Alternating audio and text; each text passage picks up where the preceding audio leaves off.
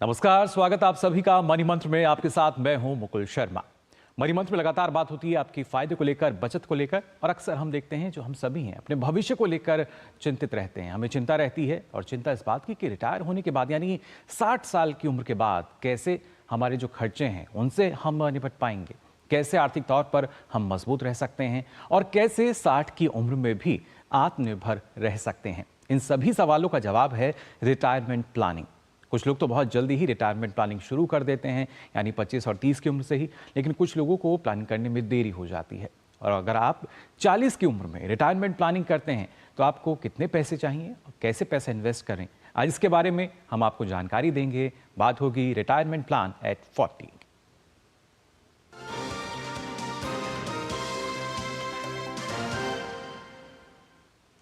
Retirement plan at 40 यानी जब हमारी उम्र 40 के पास पहुंच जाती है, तब हमें किन बातों का ख्याल रखना चाहिए और कैसे हम रिटायरमेंट प्लान कर सकते हैं। ये बेहद ज़रूरी है कि इस बात का हम ख्याल रखें कि आखिर कैसे हम अपना रिटायरमेंट प्लान करें, क्या क्या तरीके हमारे पास हैं, इन सभी की हमें जानकारी लेनी चाहिए। और इसी जानकारी को ध्यान में रखते हुए कई ऐसी बातें हैं जिनका हमें ध्यान रखना चाहिए। कौन सी वो बातें हैं जब हम रिटायरमेंट प्लान लेने की सोचते हैं 40 की उम्र में, क्या वो बातें हैं? आइए पहले आपको वो अब बताता हूं मैं किन बातों का हमें ख्याल रखना होगा। हमेशा हमें ये बातें ध्यान में रखनी चाहिए। कौन कौन सी वो बातें हैं वो आपको बता देते हैं कि किस तरीके से जब भी हम सोचते हैं कि हमें रिटायरमेंट प्लान लेना है, उन बातों में खासतौर से अगर देखा जाए तो आपकी सेविंग और आपकी जो इन्वेस्टमेंट है वो काफ़ी हद तक निर्भर करती है कि आपकी सेविंग कितनी है, किस तरीके से आप इन्वेस्टमेंट चाहते हैं। साथ ही साथ रिटायरमेंट की उम्र, यानी जब आप 40 की उम्र में तो प्लानिंग कर रहे हैं, लेकिन उसका लाभ आप कब से लेना चाह रहे हैं, 60 के बाद से, 62 के बाद से, 65 के बाद से,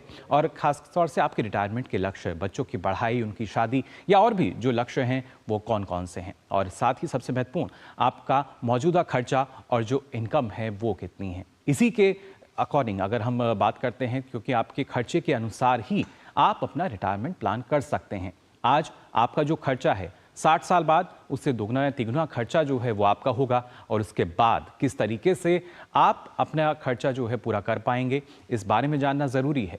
और ख़ासतौर से जब हम कहते हैं कि 40 की उम्र में हमें क्या करना चाहिए, तो उसके बारे में आपको बता दें कि एक एनपीएस एक ऐसा विकल्प है जिसके ज़रिए आप शुरुआत कर सकते हैं निवेश की। ये बेहद ज़रूरी है कि जब आप निवेश की शुरुआत करने जा रहे हैं तो उसमें एनपीएस कितना सहायक हो सकता है। और खासतौर से 60 की उम्र में रिटायरमेंट के लिए 20 साल तक आपको निवेश करना होगा, यानी खासतौर से जब हम बात कर रहे हैं 40 से 60 तक की, और उसके बाद हर महीने भी अगर आप 20,000 रुपये का निवेश भी करते हैं तो आप 1.62 करोड़ रुपए का फंड इकट्ठा कर सकते हैं। जी हाँ, महज 20,000 रुपये से 20 साल की अवधि में हर साल आपको 10% का इसमें आप टॉपअप कर सकते हैं, यानी सालाना आधार पर 10% का उसमें आप इजाफा कर दें, और हर महीने लगभग इसके बाद आप 1 लाख रुपए तक पेंशन ले सकते हैं। जी हाँ, 1 लाख रुपए तक। भले ही आपकी अभी जो हम बात करते हैं कि जो सैलरी है वो किस तरीके से चल रही है, लेकिन जब आप ये सोचते हैं कि हमें अपना रिटायरमेंट प्लान करना है तो ये ज़रूरी आपका जो खर्चा है वो दोगुना तिगुना हो जाता है।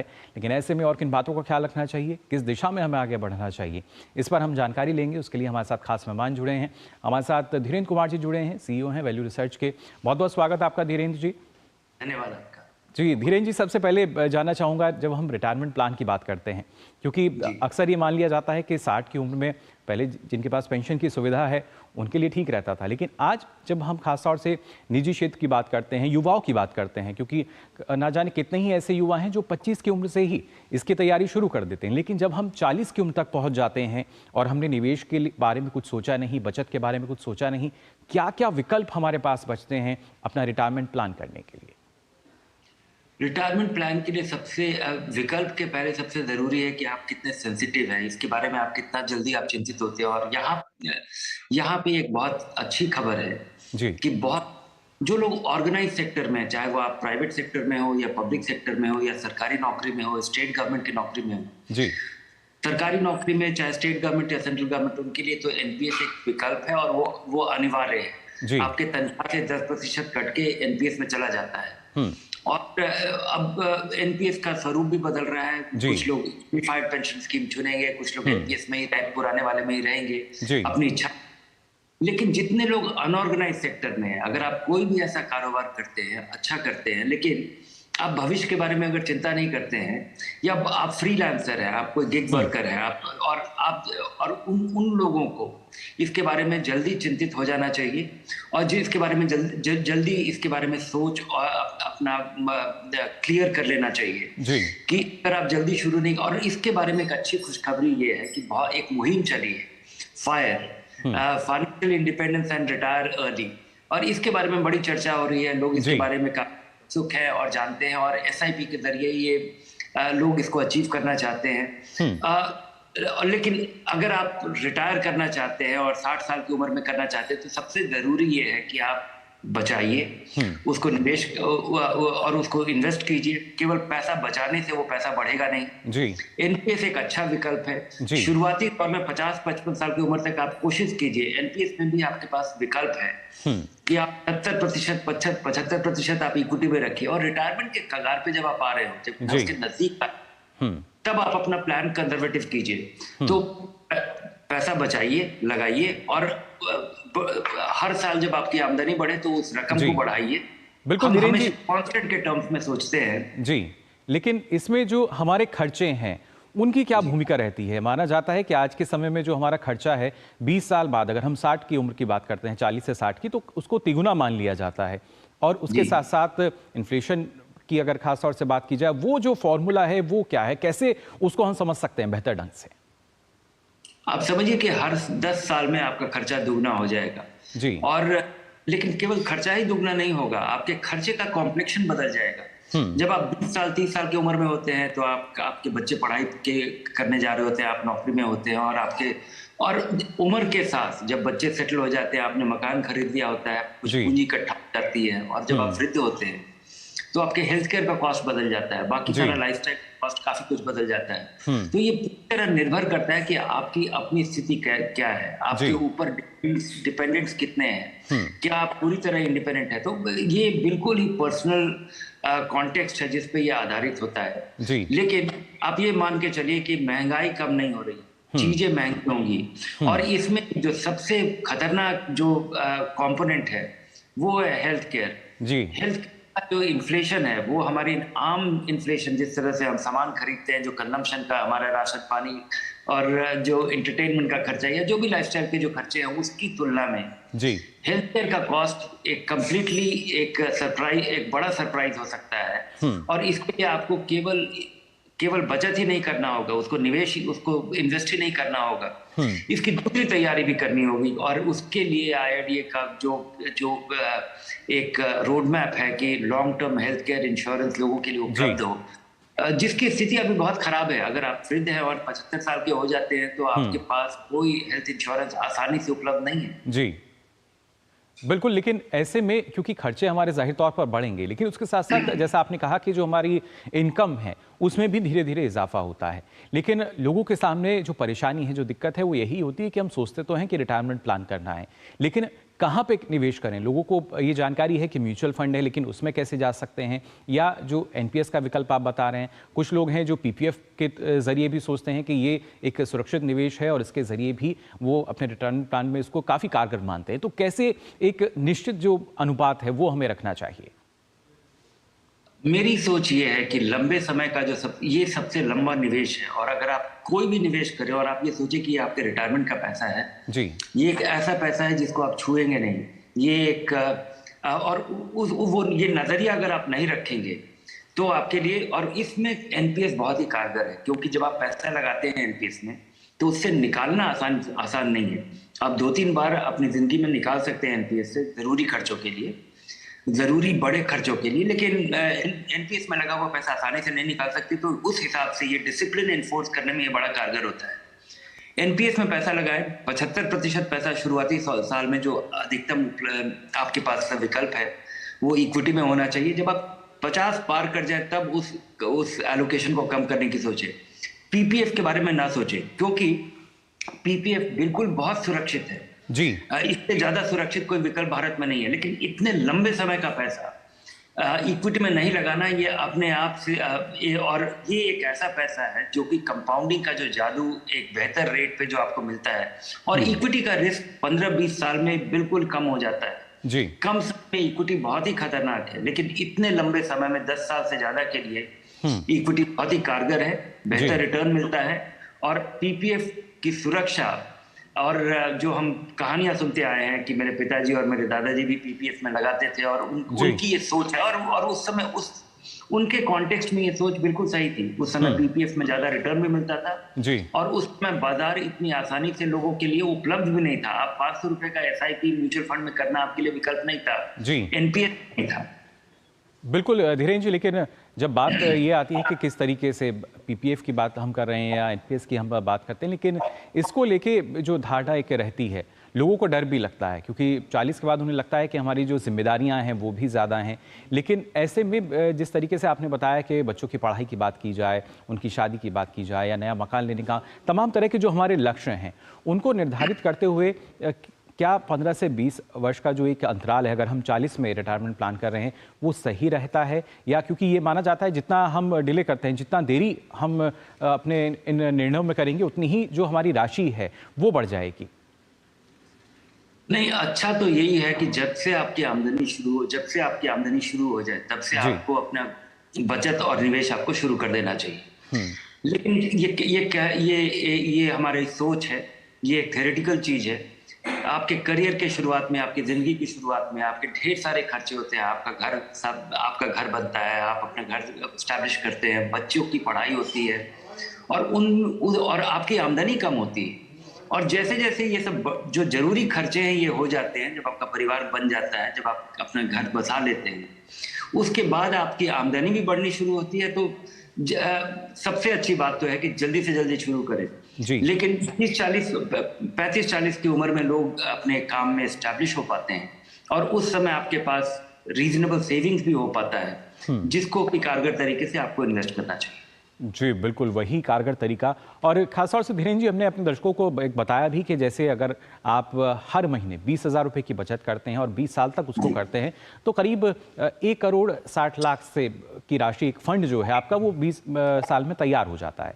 लेकिन उसमें बात आती है कि हर साल हम उसमें अगर 10% का टॉपअप करते हैं, तो ये कितना सही है?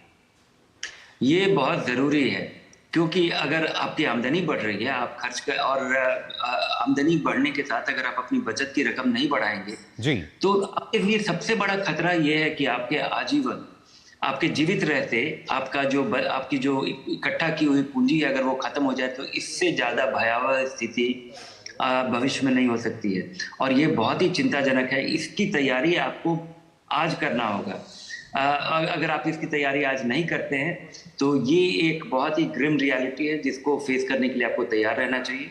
और ये एक ऐसा ऑब्जेक्टिव है, ये आपका रिटायरमेंट के लिए जो एक्यूमुलेशन है, ये एक ऐसा ऑब्जेक्टिव है जिसमें कि आप समय बीतने के बाद जी आप कुछ नहीं कर पाएंगे, क्योंकि जब आप 50-60 के होते हैं तो आपका रिस्क टॉलरेंस अलग हो जाता है, आप चीजों के बारे में अनिश्चित हो जाते हैं, आप वो रिस्क नहीं ले सकते हैं जो आप 40 साल की उम्र से ले सकते हैं इक्विटी के उतार से। मुझे तो लगता है कि ये 35 साल से आपको शुरू कर देनी चाहिए, चाहे 500 रुपए आप इन्वेस्ट कीजिए, क्योंकि जी बाजार का फायदा उठाने के लिए बाजार से परिचय बहुत जरूरी है। और ये परिचय अगर नहीं होता है तो आप कभी नहीं शुरू कर पाएंगे, क्योंकि जो बाजार का उतार चढ़ाव है ये निवेशकों को शुरुआत में ही हमेशा के लिए बाहर कर देता है। जी बिल्कुल, तो बाजार का जो उतार चढ़ाव है उस पर भी हमें ध्यान देना चाहिए, और कहीं ना कहीं एक निवेश की जो बेहतर आदत हम इसको मान सकते हैं जो शुरू हो जाती है। तो इन कुछ बातों का आपको हमेशा ध्यान रखना होगा जब हम रिटायरमेंट प्लान की बात करते हैं। लेकिन रिटायरमेंट प्लान से जुड़ी कुछ और भी खास बातें हैं, उनकी भी आपको जानकारी देंगे, लेकिन यहाँ रुक रहे हैं छोटे से ब्रेक के लिए। एक ऐसा तबका जो रिटायरमेंट के बारे में आज भी बिल्कुल नहीं सोचता, वो है औरतें। औरतें कमा के भी वल्नरेबल हैं। सो एनपीएस एक इक्वालिटी ला रहा है, हम सब एक बराबर प्लेटफॉर्म पे हैं। अपने बेहतर कल को सुनिश्चित करने के लिए एनपीएस जरूरी है। मेरी पसंद, मेरी पसंद, मेरी पसंद, मेरी पसंद, हमारी पसंद, हम सबकी पसंद। मजबूत देश का मजबूत सरिया हो गया स्टील। हम मूंगफली बेचते हैं, अपना अकल नहीं। ये मैसेज देखिए, कहते हैं लॉटरी लगी है, लिंक क्लिक करके यूपीआई पिन डालो पैसा मिलेगा। अरे हमको मालूम नहीं है क्या, इधर यूपीआई पिन डाला उधर पैसा गायब। मूंगफली वाला हूँ, मूर्ख नहीं हूँ। याद रहे, यूपीआई कहता है अगर कोई लालच दे तो कहो मैं मूर्ख नहीं हूँ।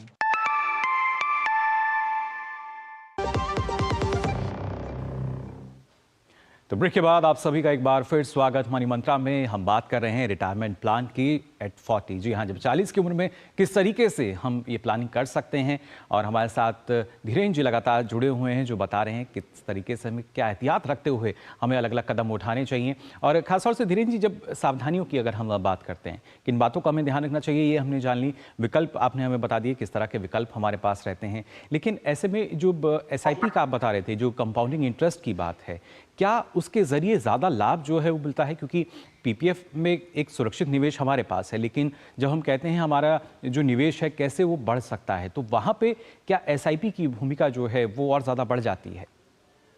जी हाँ, SIP एक तरीका है आपके लिए, एक तरह से रिकरिंग डिपॉजिट है। जो रिकरिंग डिपॉजिट या जो आप PPF में हर साल लगाते हैं या हर महीने आप अपना पैसा डालते हैं, नियमित रूप से बाजार में लगाने का एक अलग फायदा है। अलग फायदा ये है कि बाजार में कम समय में बहुत उतार चढ़ाव होता रहता है। जी। उतार चढ़ाव होने का आपको फायदा ये होता है कि आप एक मुश्त जब पैसा नहीं लगाते हैं तो बहुत सारे बीच में जो गिरावट का जो दौर रहता है उसमें भी आप पैसा लगा पाते हैं। उसके अलावा इस एक तरह के निश्चित प्लान में अभी तक तो पिछले 4-5 साल से आए हुए निवेशकों को इसका अंदाजा नहीं हुआ है, ये एक्सपीरियंस भी नहीं हुआ है, लेकिन बाजार काफी लंबे समय तक गिरावट के दौर से गुजरता रहता है या कहीं जाता ही नहीं है। जी। 2-2, 4-4, 5-5 साल तक बाजार गिरा रहता है, लेकिन किसी भी 5-7 साल के नजरिए से अगर आप देखें तो बाजार ऊपर ही जाता है। और वैसी स्थिति में सस्ते समय में लगाया हुआ जो पैसा है जी, वो जब बाजार में जो ये उतार चढ़ाव का जो दौर है उसके बाद अचानक बाजार बहुत रफ्तार से बढ़ता है, तो वैसी स्थिति में जी, जो ये SIP की का जो नियम है, अगर SIP की आप आदत डाल दें तो आप सस्ता खरीद पाते हैं और वो पैसा आपका एक्युमुलेट होके महंगा होता है जब ज्यादा होता है जी, तो ये आपका रिटर्न बढ़ाता है। आपको PPF में मिलेगा 7-7.5% रिटर्न, उसकी तुलना में अगर आपका पैसा 12%, 14% अगर बढ़ता है, और ये SIP करने से इसमें इसके 2 फायदे हैं जी, बल्कि 3 फायदे हैं। एक तो कि ये आपके अर्निंग साइकिल से मैच करता है, आप कमाते हर महीने हैं, EMI हर महीने हैं, तो इन निवेश भी आपको हर महीने करना चाहिए। दूसरा, ये जो बाजार का उतार चढ़ाव का दौर है उसमें आप सस्ते दौर में भी लगा पाते हैं और महंगे दौर में आप कम खरीदते हैं, तो आप एवरेज अपना कर पाते हैं। जी बिल्कुल। और इस तरह की जब आप धीरे धीरे पैसा लगाते हैं जी, और बाजार जब गिरावट के दौर से गुजरता है तो उतनी चिंता नहीं होती है, क्योंकि अगर आपका एक मुश्त लगाया हुआ ढेर सारा रकम जो कि आप कहीं और इकट्ठा करें, बैंक में रखें, और उसके बाद जब कुछ पैसा इकट्ठा हो जाए तब आप निवेश करें जी, और जिस पिछले सोमवार को बाजार में धाराशाही हुआ था, तो वैसी स्थिति में आपके लिए बाजार में बने रहना बहुत ही मुश्किल हो जाता है जी। तो बाजार में विश्वास बनाने के लिए और बाजार का फायदा उठाने के लिए आपको SIP करना जरूरी है जी बिल्कुल। लेकिन खासतौर से धीरेन्द्र जी, जब हम पेंशन प्लान्स को भी देखते हैं तो बाजार में तो कई सारे पेंशन प्लान नजर आते हैं, उनको चुनने की जो अगर बात की जाए जो प्रक्रिया है, किन बातों को ध्यान में रखते हुए हम उनका चयन कर सकते हैं? क्योंकि अक्सर शायद जो कोई भी निवेशक है जो उसमें निवेश करता है वो शायद रिटर्न देख लेता है कि इस साल तो इसमें अच्छा रिटर्न मिला है और उस तरफ वो मुड़ जाते हैं, लेकिन और किन बातों का ख्याल रखना चाहिए?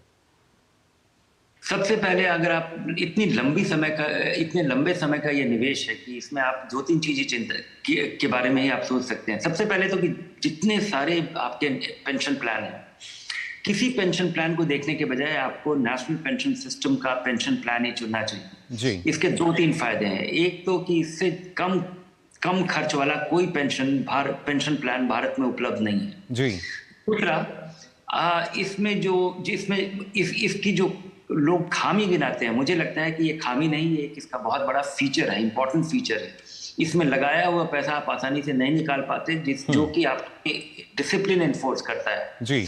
और यहाँ पे जितनी आज़ादी आपको मिलती है कि आप अपना पैसा लगाइए, एसेट एलोकेशन आप बदलते हैं, अपनी इच्छा अनुसार बदलते हैं, अधिकतम आप इक्विटी में रख सकते हैं जब तक आपकी इच्छा। तो और यहाँ पे आपके पास ढेर सारे विकल्प हैं, बहुत सारे फंड मैनेजर्स हैं जिनके फंड में पैसा लगाने का, पेंशन फंड मैनेजर जिनके फंड का चुनाव आप खुद कर सकते हैं, और उसमें जरूर आप प्रदर्शन के आधार पे करिए। लेकिन आप अपना पैसा नहीं निकाल सकते तो इवेंचुअली आपको बेहतर रिटर्न मिल पाता है। और लेकिन यहाँ पे भी जरूरी है कि आप पेंशन प्लान में एक मुश्त पैसा लगाने के बजाय आप नियमित रूप से लगाइए, और जो कि एनपीएस में भी एसआईपी करना अब काफी आसान हो गया है। जी बिल्कुल, लेकिन ऐसे में धीरेन्द्र जी, क्योंकि आज तो हमने बात की कि अगर 40 की उम्र है तब हमें रिटायरमेंट प्लान कैसे करना है, क्योंकि कई हमारे जो दर्शक हैं वो शायद अब भी सोच रहे होंगे कि हमें इसकी शुरुआत कर देनी चाहिए, इससे पहले तो आसान है ही, लेकिन क्या 40 या उसके बाद 45 तक हम मान सकते हैं कि एक आयु सीमा कि वहाँ तक तो हमें इसके बारे में सोचना ही चाहिए?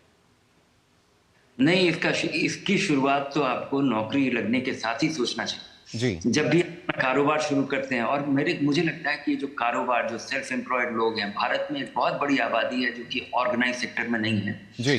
उनके लिए इसके बारे में जागरूकता, इसके बारे में जानकारी, और ये जितनी आसानी से आज आपके लिए ये कर पाना संभव है।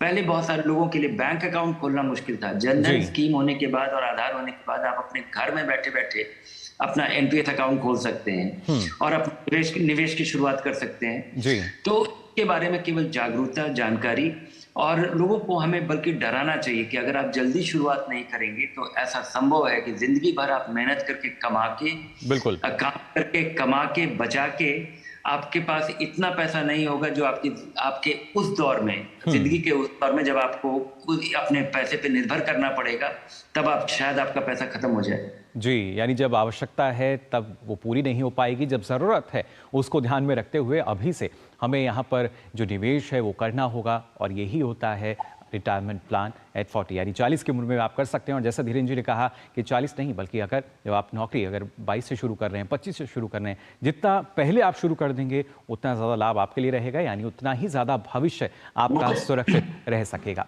फिलहाल धीरेन्द्र जी, आपका बहुत बहुत शुक्रिया हमारे साथ जुड़ने के लिए। मैं एक बात कहना चाह रहा था कि एक कहावत है कि सबसे अच्छा समय था पेड़ लगाने का 20 साल पहले, और उसके बाद जो बेहतरीन समय है वो अब है। तो इसकी शुरुआत जल्दी करें। चलिए, बिल्कुल, देखिए शुरुआत कर देनी चाहिए, यही समय है, सही समय है, तो आपको भी देरी इसमें करनी नहीं चाहिए। बहुत बहुत शुक्रिया आपका धीरेन्द्र जी हमारे साथ जुड़ने के लिए। तो ये तो बात हुई किस तरीके से किन बातों का ध्यान आपको रखना होगा, और हर बार आपको एक और हम मंत्र देते हैं। तो आज का मनी मंत्र क्या है, पेंशन से जुड़ा हुआ है, क्या है वो, आइए जान लेते हैं। आज के मनी मंत्र में हमारा जो मंत्र है वो है पेंशन, और खासतौर से वो है अटल पेंशन योजना। आपने इस बारे में सुना भी होगा कि किस तरीके से लोगों को इससे जुड़कर लाभ मिलेगा। अटल पेंशन योजना की अगर बात की जाए तो आपको मैं बता दूं, ये खासतौर से जो असंगठित क्षेत्र के सभी लोगों को पेंशन योजना का लाभ इसके ज़रिए मिल सकता है। और ख़ासतौर से जब हम बात कर रहे हैं तो इस योजना में आपको हर महीने 1,000 से लेकर 5,000 रुपये तक की जो पेंशन है वो मिल सकती है। निर्भर करता है कि आप इसमें योगदान कितना कर रहे हैं। और इसके लिए जो पात्रता की जब हम बात करते हैं तो किसी भी बैंक या डाकघर जो बचत खाता है वहाँ आपको वो होना ज़रूरी है, जो सेविंग अकाउंट जिसको हम कहते हैं।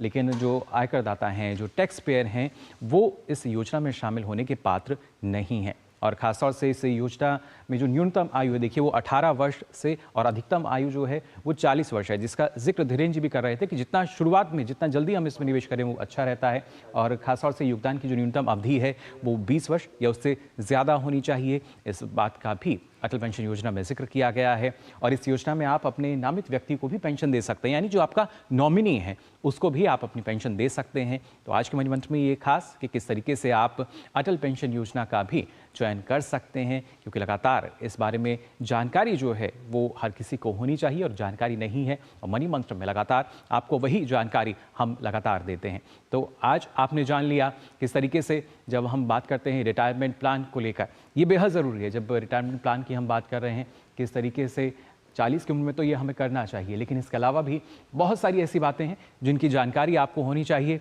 और वही सारी जानकारी लगातार आपके पास तक हम पहुंचाते रहेंगे। लेकिन फिलहाल अब वक्त हो चला है आपसे विदा लेने का। अगले सप्ताह फिर हाजिर होंगे, लेकिन इसके साथ साथ आपको बता दें जो डीडी न्यूज़ का एक्स हैंडल है DD news live, DD news Hindi, इस पर आप अपना सवाल भेज सकते हैं। हैशटैग मनी मंत्रा डीडी लिखिए और उसके बाद आप अपना सवाल इस पर भेज सकेंगे और आपके सवाल को हम शामिल भी करेंगे। फिलहाल के लिए मनी मंत्र में बस इतना ही। मुझे दीजिए अनुमति। नमस्कार।